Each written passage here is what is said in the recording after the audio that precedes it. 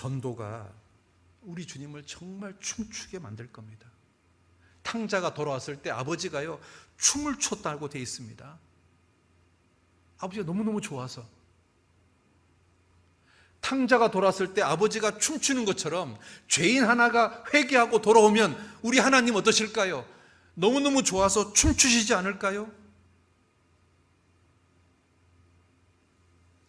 나를 웃게 만드신 하나님, 나를 춤추게 만드신 그 하나님, 나도 우리 주님을 춤추게 되지 않습니까?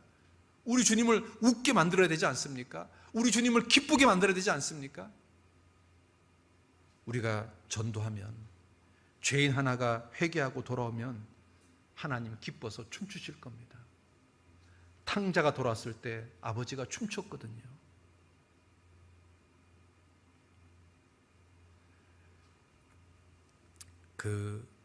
이런 시가 있습니다. 제가 한번 읽어드릴게요.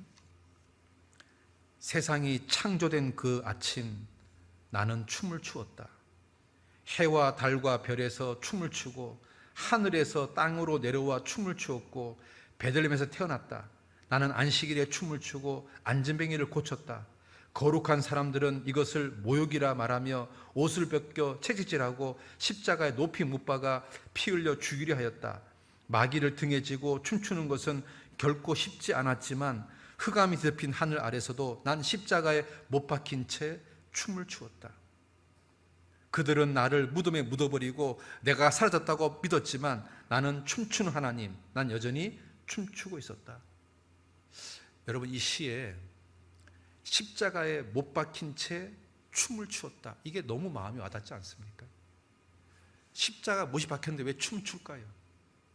내가 십자가에 못이 박혀야 온 인류가 살아나니까. 예수님은 십자가에 못이 박혔는데도, 너무너무 고통스러운데도 온 인류가 천국 갈 수 있는 길이 열리기 때문에 주님은 십자가에 못이 박혔는데도 춤을 추었다. 여러분, 정말 마음 아프지 않습니까? 마음이 찡하지 않아요? 십자가에 못이 박혔는데도 주님은 춤을 추었답니다. 그러면 우리는 그분을 춤추게 되지 않습니까? 정말 그분을 기쁘게 해드려야 되지 않습니까?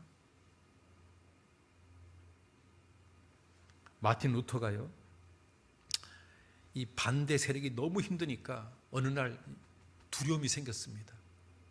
그래서 마틴 루터가 나 이제 더 이상 종교개혁 안 할래 하고 이제 들어 누웠습니다.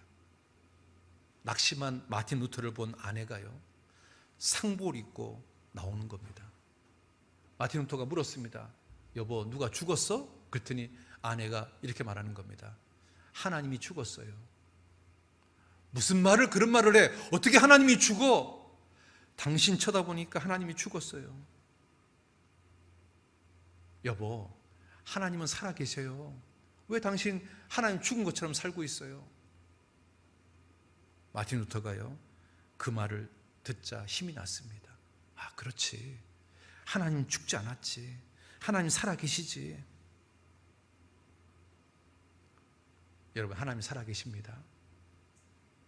여러분을 웃게 하시는 하나님, 여러분을 춤추게 하신 하나님, 그분이 살아계십니다.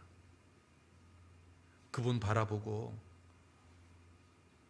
살아가시면 여러분 그 믿음 보시고 하나님이 오히려 기뻐하실 겁니다.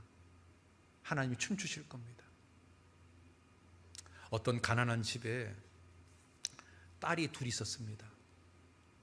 둘째 딸이 병이 걸렸습니다. 그런데 이 엄마 아빠가 뭐라고 말하냐면, 우리한테 돈이 있다면 이 아이를 병원에 들어가면 살릴 수 있는데 우리한테 돈이 없으니까 이 아이를 살릴 수가 없다. 이제 기적 말고는 이 아이를 살릴 방법이 없다. 이렇게 엄마 아빠가 죽어가는 딸을 보고 이렇게 이야기를 하는 겁니다.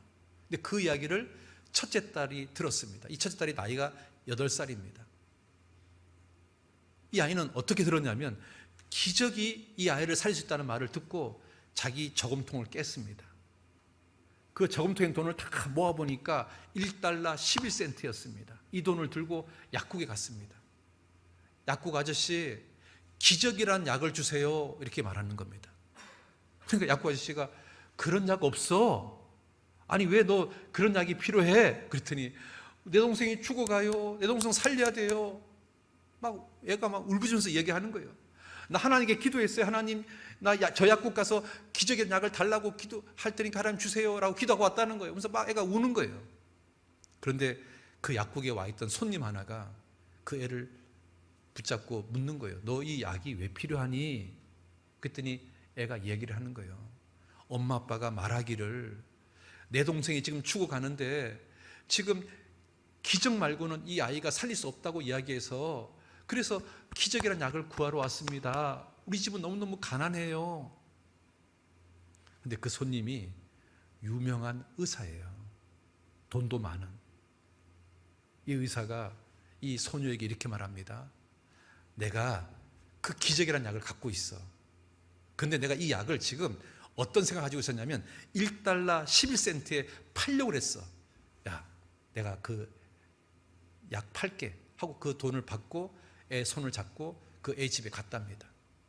그리고 그 둘째 아이 몸 상태를 이렇게 진단해 보니까 병원에서 수술만 하면 금방 나을 수 있는 병인 거예요. 돈이 없어서 못 고치는 거예요. 그래서 그 아이를 데리고 집에 가서 병원 가서 애를 고쳐서 수술해서 낫게 했답니다.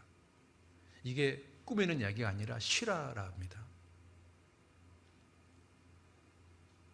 이 아이가요, 단순히 믿은 거예요. 하나님, 저한테는 1달러 11센트 밖에 없는데 나 하나님께 기도하고 눈에 보이는 약국에 갈 거니까 기적이란 약을 주세요. 그리고 그 약을 내 동생한테 먹여서 내 동생 살려주세요. 이 아이는 정말 아주 단순하게 믿고 자기 돈을 전산을 끄집어내고 약국에 간 거예요. 그리고 아주 단순하게 약국 아저씨한테 기적이란 약을 주세요라고 이야기하는 거예요. 우리가 있잖아요, 그 소녀 같은 믿음, 정말 단순하게 하나님 믿는 믿음, 그 마태복음 8장에 나오는 그 백부장 같은 믿음 있잖아요. 그런 믿음으로 주님 바라보면서 살아간다면 하나님 나를 웃게 하실 겁니다. 그리고 나를 춤추게 할 겁니다. 그리고 그렇게 살아가는 나 때문에 하나님은 기뻐하실 거고 하나님은 춤추실 겁니다. 오늘 그 마음이 슬픈 자를 웃게 하신 하나님에 대해서 말씀을 드렸습니다. 우리 마음이 슬픈 일이 있을 때 좌절하지 말고 낭망하지 말고 하나님께 갑시다. 하나님 바라봅시다. 하나님께 마음을 토합시다. 하나님께 믿음으로 바라봅시다. 그럼 하나님이요, 우리를 반드시 웃게 해주실 겁니다. 우리를 춤추게 하실 겁니다. 그리고 더 나아가서 나를 웃게 만드신 하나님, 나를 춤추게 만드신 그 하나님, 그 하나님께 나도 보답해야 되지 않습니까? 감사를 통해서, 전도를 통해서 우리 주님을 기쁘게 하고 주님을 춤추게 했으면 좋겠습니다.